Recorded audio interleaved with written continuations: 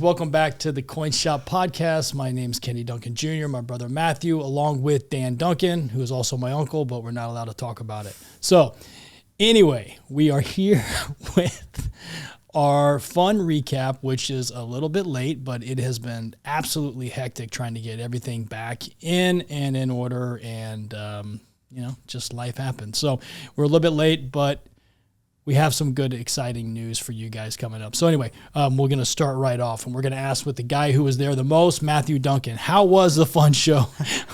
Well, it was busy. Big word for be busy. So Dan, the fun show. You have been to more fun shows than both of us combined. Tell me what your initial thought of the actual intensity of the show.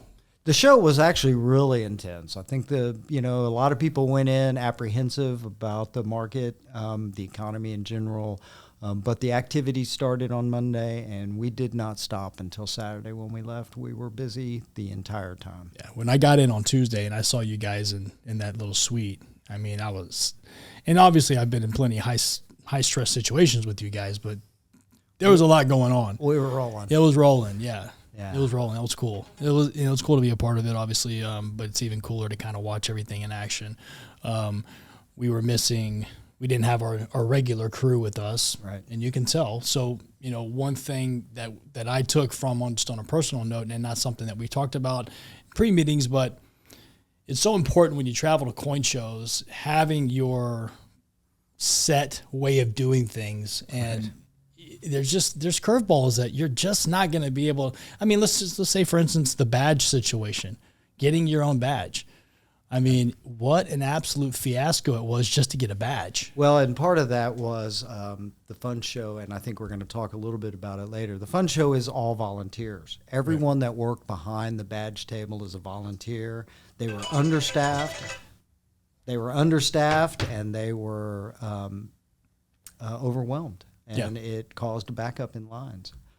It was crazy. And then they didn't let us in until 2:30, and that was the same problems. The fun show needs more volunteers. Right. Yeah. No, I did. I mean, there was, I don't know.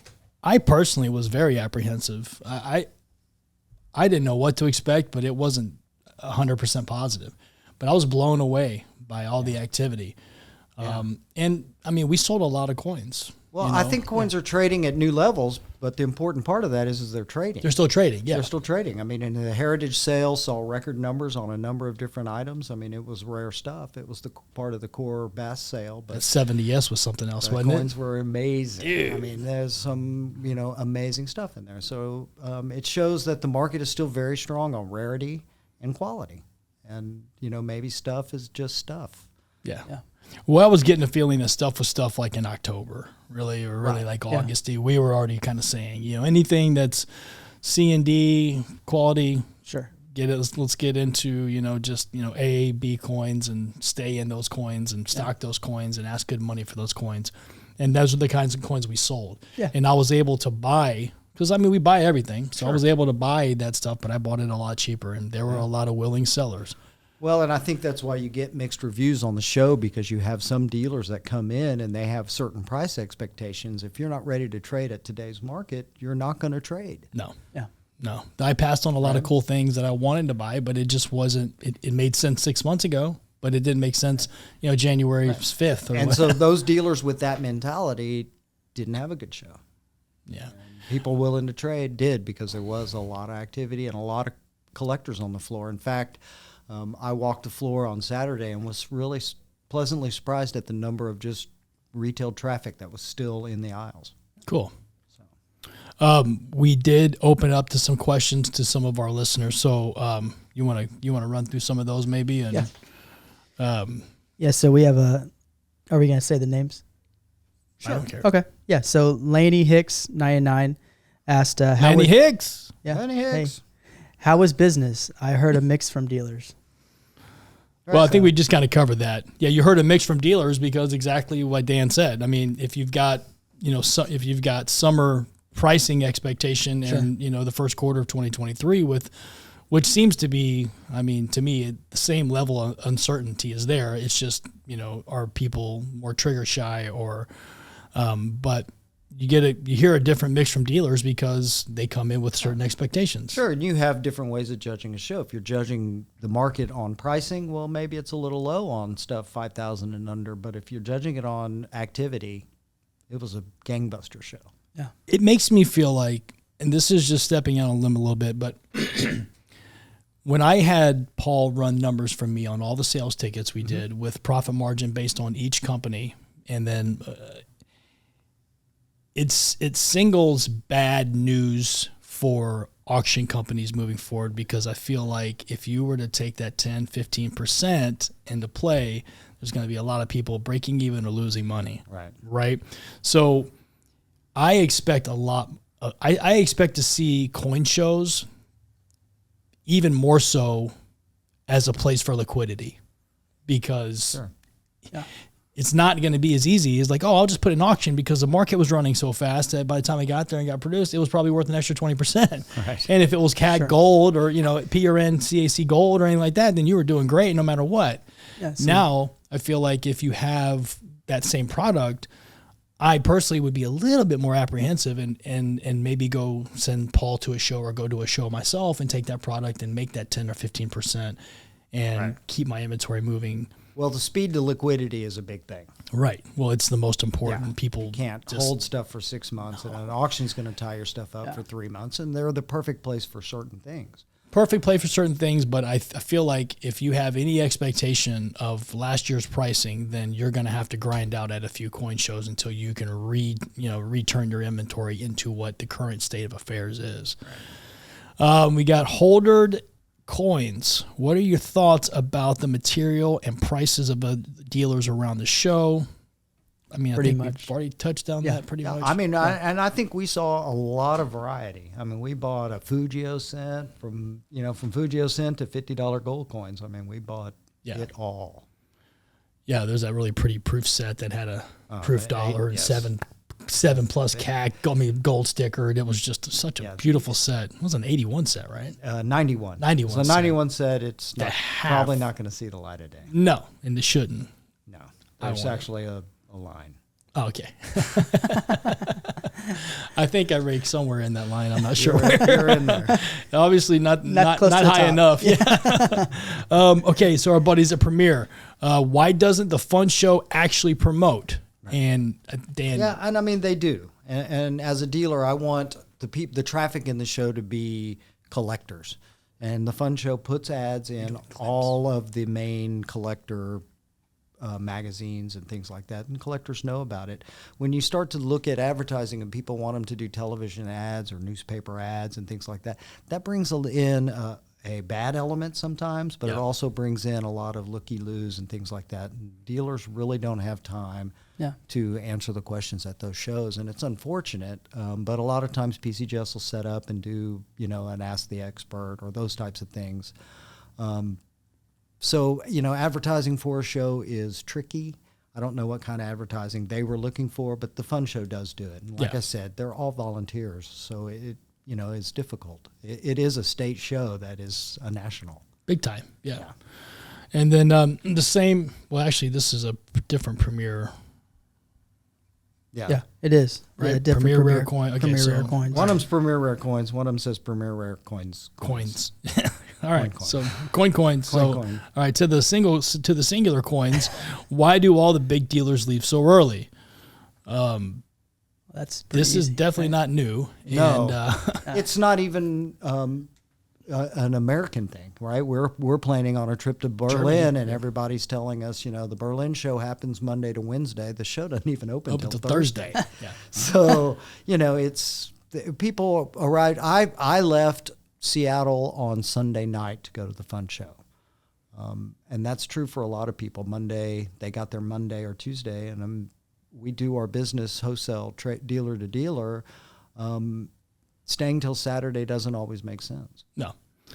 And per person at a show, it costs you about $500 to $700 a night. Right. In food, in pay, in travel expenses, Yeah. room, Sure. all those things. So, if you've got a crew of 5 people, that's thousands of dollars a night. Yeah. It doesn't make sense always to stay for a Saturday that might only net you 10 grand in sales. Right. And, like you said, I mean, to shorten that up, a lot of the business is done before the show even opens. Sure. Right. So basically. And most importantly of all, like I wrote on our notes. Family. Yeah. We want to get home and be with our families. No And doubt. if you try to go to all the Period. shows, Coins are fun. might but be tough to go for 5 or 7 days. Or Well, so Kenny went in early. I went in to meet him on Tuesday. I saw him. I had meetings lined up. He was so busy. Literally. yeah, So busy. Yeah. I mean, start to finish. I didn't even talk to him. So, I mean, I barely talked to him. I went to a couple meetings I had, which the one thing I will say, the only negative I can say about the show is how spread apart everybody was. I mean, it was an absolute cluster. Orlando's tough too because Dude. everybody's in different hotels. The hotels are all you got quarter people to at- half a mile apart. Oh, you got Rosen, you got Hilton, you got Hyatt, you got Doubletree. 5 different Rosens. Dude, it was nuts. People were like, yeah, come over. So I'm like, oh, okay, I'll come downstairs. And they're like, no, we're 3 miles down the Right. street staying in a hut, on Yeah, I'm VRBO. not- I'm like, oh my God, I can't go over there. No. And for the people listening, most shows have a centralized hotel, and there'll be dealers operating in that hotel. In that hotel, right. Yeah. So No. So, you fun. better strap up your boots. You want to go to a wear fun some- show. Wear some comfortable shoes. Wear some comfortable shoes. But and most some- importantly, we want to get home to be with our families. I mean, ultimately. yeah. yeah. Well, also too, I think a lot of times, to answer that, to kind of go back on that is you get kind of ingrained to do that business pre-show Tuesday, Wednesday, Thursday. And then by then you kind of feel like all the fresh deals and what was going to come out has already come out.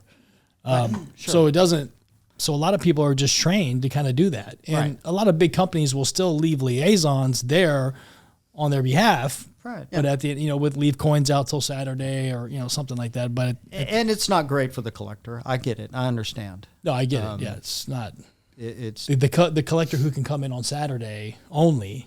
right. And, wants to spend $100,000 on his, or proof half or collection. $500 on a Better Day Morgan or something. That guy's not going to have as much inventory to look at. No. There's unfortunate. I don't have an answer, Yeah. but No, I that's do know true. why we leave early, and it's family. But I mean, in come in retrospect, early. and then we love the collector, but we have a website that you can go to buy that $500 coin on. What website is that? That's uscoinsandjewelry.com, baby. And you can go there anytime, 24/7. We need a little bell every time. Ding, you say ding, it. ding. But for that collector at $500, I mean, yeah, I want to go home to my family, and I'm sorry that we weren't there, but you can always check us out on the website. Sure. Matter of fact, 10% off everything on the store this Saturday on the website only. You heard it here first. Bullion not included, obviously. All certified dollars. How about that? We're going to put all certified dollars at 10% off on Saturday only. All right. Bam. Done. All right. 10%? 10%, man. We're going hard. Wow. 10%. 10%. We're going hard. Let's do it. You trying to back out? No, I'm in. I'm all in. I'm not Let's do backing it. out. 10%. I'm checking Better Day dollars on your website. That's right. Medium rare coins. What's the coolest coin you bought at the coin show? Okay. How about okay, you go. The coolest coin I handled at the coin show, we didn't buy it there. We brought it out there, was probably, I got to see a pair of patterns. One was an Amazonian, one was a schoolgirl. That's as cool as it gets. Yes. Yeah. Period. Those are the coolest 2 coins I've held in my hand in a decade. Both of those coins are stickered too, right? Yeah. Yes. Yeah. They're monsters. It's amazing. Yeah. The Amazonian's white. It's beautiful. It's white. Wow. So Yeah. also another reason for them being favorites. Right. How about you? So I bought a lot of kind of stuff. I guess I bought the same stuff I buy that we make money on. Right. The coolest coin I would say was not really that expensive. The baseball. Was a Pioneer, Oh, yeah. the That 1861 was cool. Pioneer. Saw that. It's a token, but Yeah. it was made during the Civil War for baseball players to kind of, and I bought it from John Lerner. Shout out to Scarsdale, but bought it from John, And he said when he brought it to me and delivered it, he's like, well, can I keep it in my case? Do you mind? I was like, yeah, it's fine. Just keep it in your case. And he goes, well, you've got 4. I can net you a profit from 4 different dealers if you want to. I was like, no, I just want to keep it.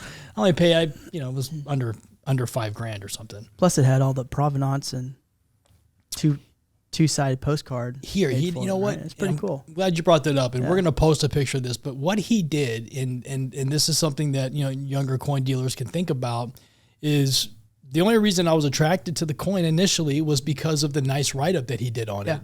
Because it's a dark card, and it was it's a darker coin, so you probably would have walked right by it if it didn't have that. Right. Yeah, the poster board. Well, it's a token. It's a token too. So I think you definitely it would be. It doesn't have it. It didn't have. I don't think it's precious metal. I think it was. No, I think it's brass. Brass or something. Yeah. Is it? Yeah. Okay, I thought it was silver. No, it looks silver, but it's so toned. Yeah. But it's attractive and for what it is. But the way that he marketed that coin, I thought was really cool. Oh yeah.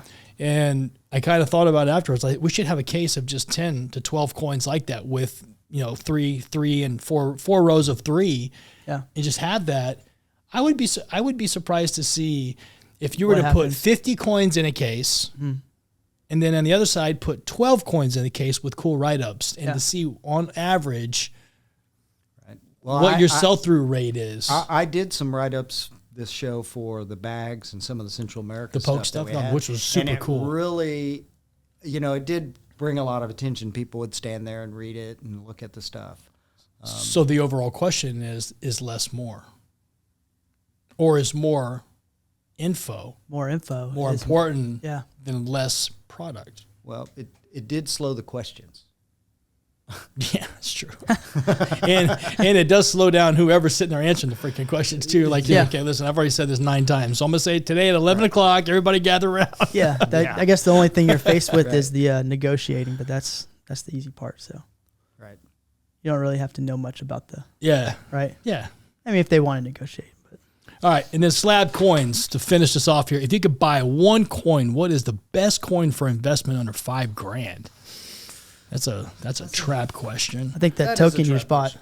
Huh? That token you just bought. Token's super neat. If I had to go out and buy a coin that I thought was a good value under $5,000, 93S and I'm tainted dollar? by my, but what condition are you going to get for $5,000? VF. 512. Fine. Yeah, Yeah, so fine, but you could probably 515 or buy something? you could probably buy a 66 plus Spanish Trail, Yeah. or Oh, you could could buy get some you could maybe buy able to more. buy a 7. You I'm can not buy sure, but a you 7. can get under $5,000, probably around 3,500, $4,000. There's a number of gem to premium gem, better date classic commems that I would buy, and that's I'm tainted because that's what I collect. Yeah. But I'd probably try I to love the value in the superb gem classics. They're pretty. Yeah, they're They're pretty. just- I bought an Antietam in 7+ that was stickered for $2,000 or something that I thought was just Well, and you're going to A lose them steal. to attrition, and a lot of them are 10,000.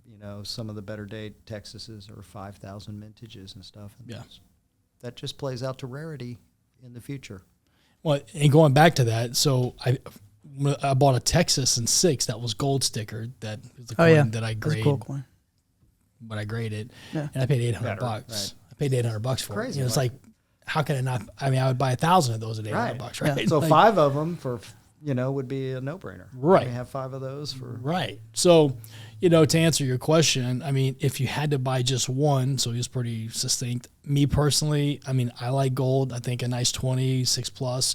Obviously, you can't get anything stickered at that price in 6, but or 6+ rather. But a nice 20, like a 28 or something that comes real pretty, something that's not a 24, not a 27, Yeah. not, Little better. not an 08, something that's got a little bit better 20, 25, 26, 28, that's got a real just nice look.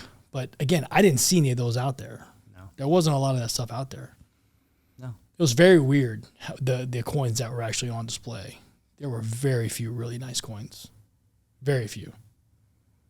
Very, very few nice coins. So, but I think the fun show was very successful for U.S. coins. I agree. Yeah, I was more than happy and more than just a lot of just busy. I mean, Yeah, activity it was just busy. very strong. Yeah. Well, I want to thank you guys. This is the Fun Show recap. Sorry it took so long for us to get to it, but appreciate the patience. Thanks for Dan always with his insight, and Maddie, and I'm Kenny. We appreciate you guys. Thanks for listening and tuning in. Take care.